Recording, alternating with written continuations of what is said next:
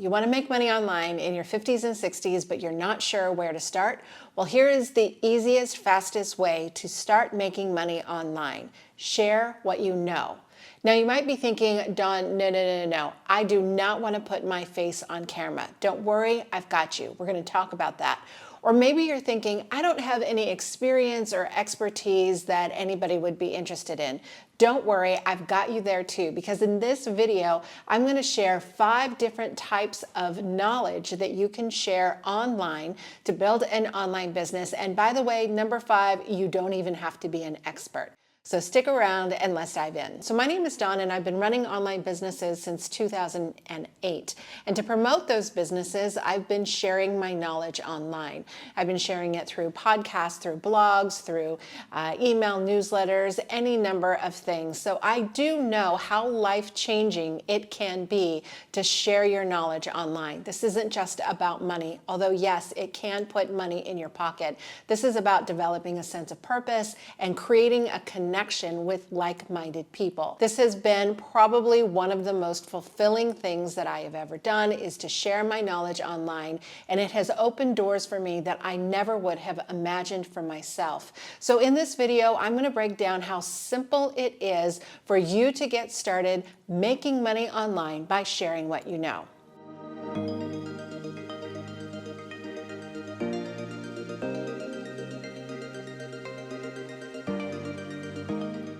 So the first one is professional expertise, and this is just sharing what you've learned, what you know after decades in a specific industry or profession. Let me give you a couple of examples. Now the first example is Molly McPherson. I don't know how old she is, but she is a senior level PR professional. She specializes in crisis PR, and I believe she still works full time. But she decided outside of her work to pick up her phone and start talking to the camera about news headlines of the day from a PR perspective. And so she just breaks it down, what crisis PR tactics are being used or what she would recommend. And as a result of doing this, she has built a social media audience of more than 500,000. She has become the go-to industry expert from media outlets whenever they're looking to interview somebody when there is a crisis that happens, and in the news, there's always a crisis that is happening. Now, the takeaway from Molly's story is that you don't have to wait until you're retired until you start sharing your knowledge online. Sharing what you know might actually make you even more valuable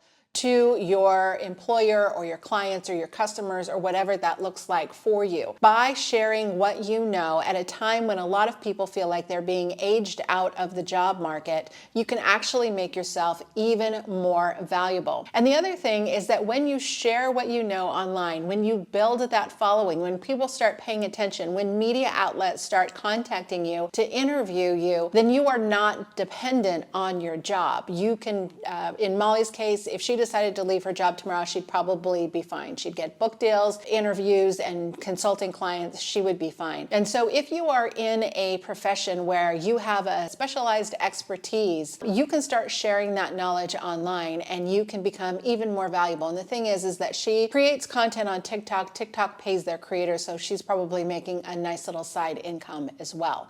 But let's say that you're like, well, that doesn't really apply to me. Do you have another example? Of course I do. Let's talk about Renovision.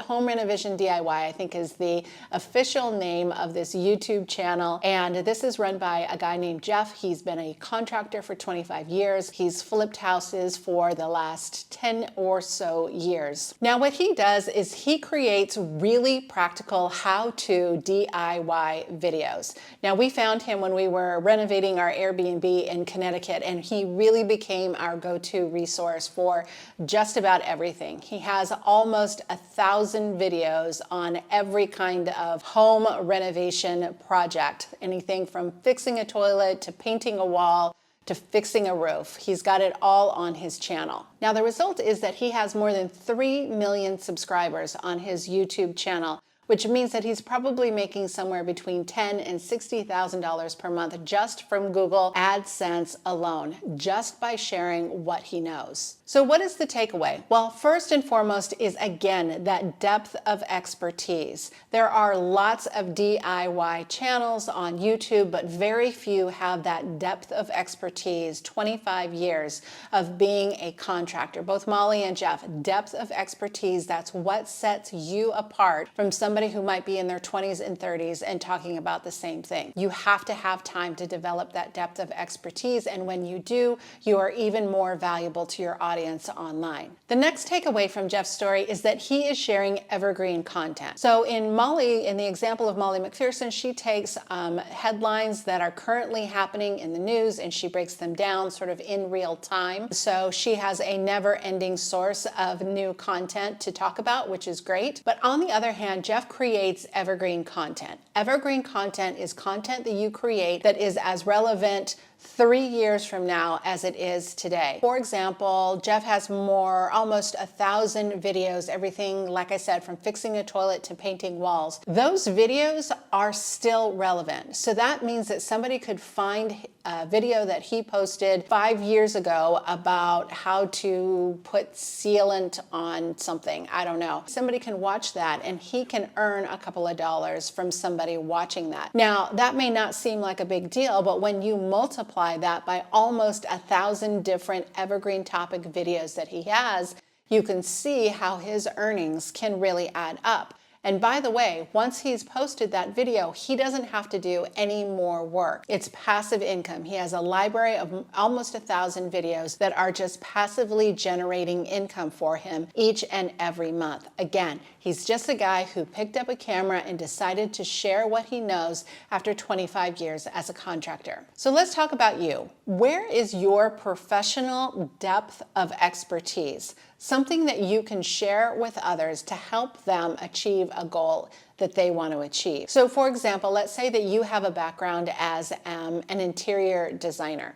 You could talk about that, but I would encourage you to think about it even more narrow than that.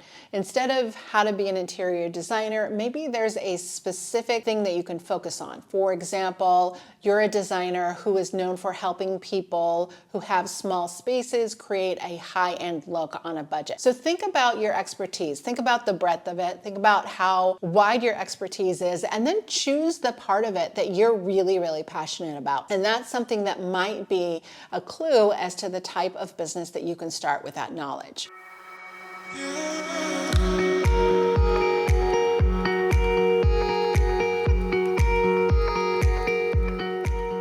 So now that I've hopefully convinced you that you've got professional expertise that you can translate into online income, let's talk about personal experience. So personal experience is just something that you know about, maybe something in life that you have walked through and you are passionate about sharing that with somebody else. Now, let's look at some possible examples here.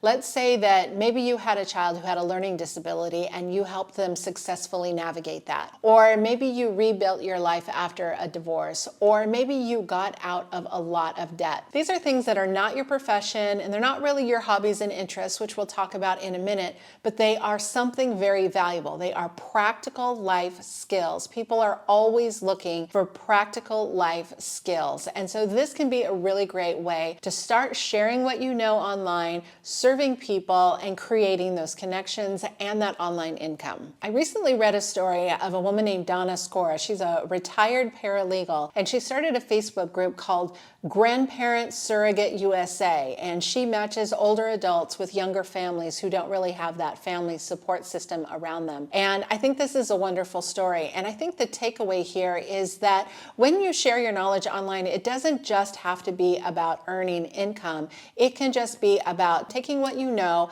seeing a problem, and saying, I have a solution for that. And it can be filled with connection and purpose. And again, if earning online income is your priority, you can definitely do that. But it's not only for that. This is an opportunity in your 50s and 60s to really make connections, develop that sense of purpose, and do something that's fulfilling in this stage of your life.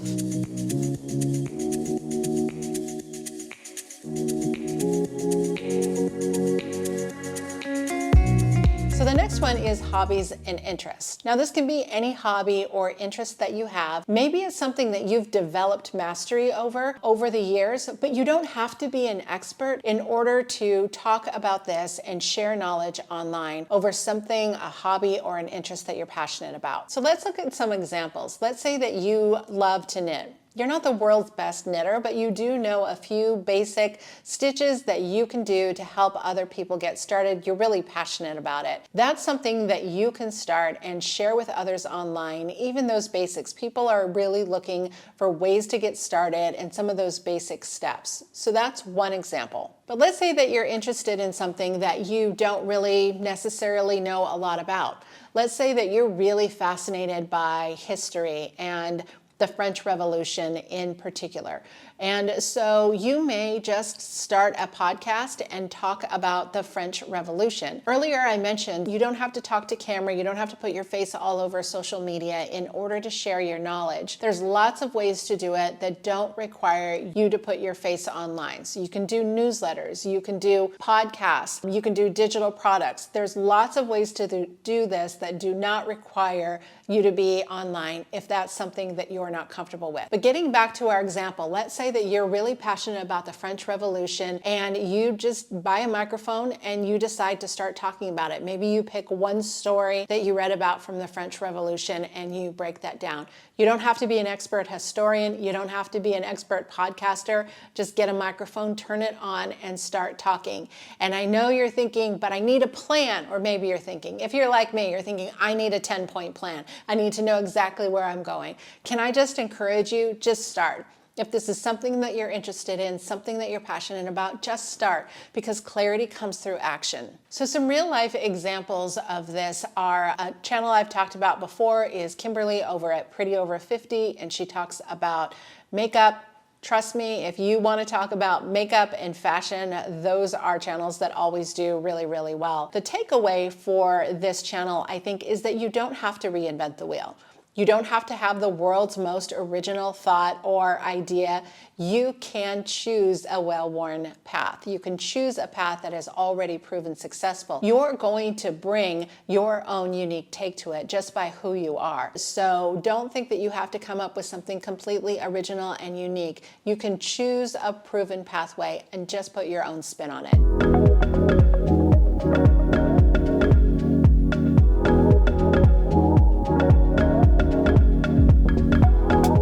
The next one is what I call a mashup. Now, this is not strictly professional expertise or personal experience or hobbies and interests, but it might be taking a couple things from a couple different areas of your life and putting them together. Let me give you an example from my own life. Years ago, I have a background in real estate, specifically with builders and developers, and that was my day job. I actually really loved my job. However, I was really, really, really passionate about online marketing. This was around 2006, 2007, 2008, right around there. And every night and every weekend, I would learn everything I could about online marketing, from SEO to email campaigns to blogging, all of that.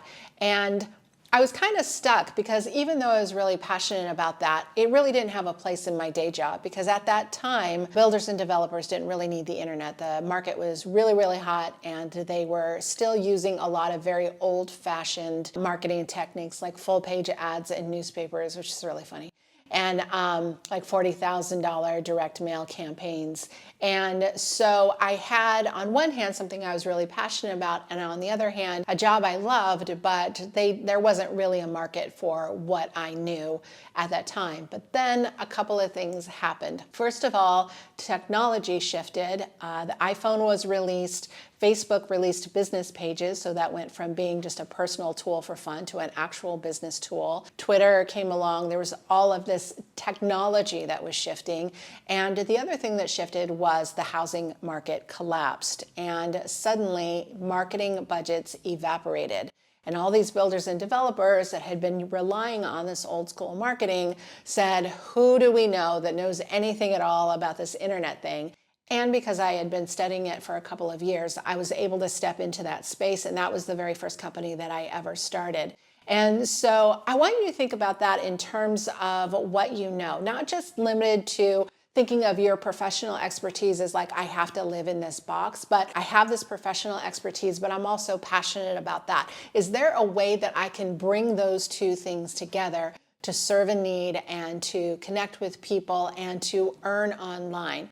Now, if you're like, I don't even know what that would be. I just want to tell you that we do have a Freedom Skills workbook. It's completely free. I'm going to leave a link below. It's just a workbook with some questions that you can work through to kind of help you figure out whether it's professional expertise or personal experience or hobbies or any of these things. It's going to help you mine for that gold, that superpower, the gold that you're sitting on that you can actually convert to online income. So again, totally free. I'll leave a link for that below. But let's get to the last one, which is journey content.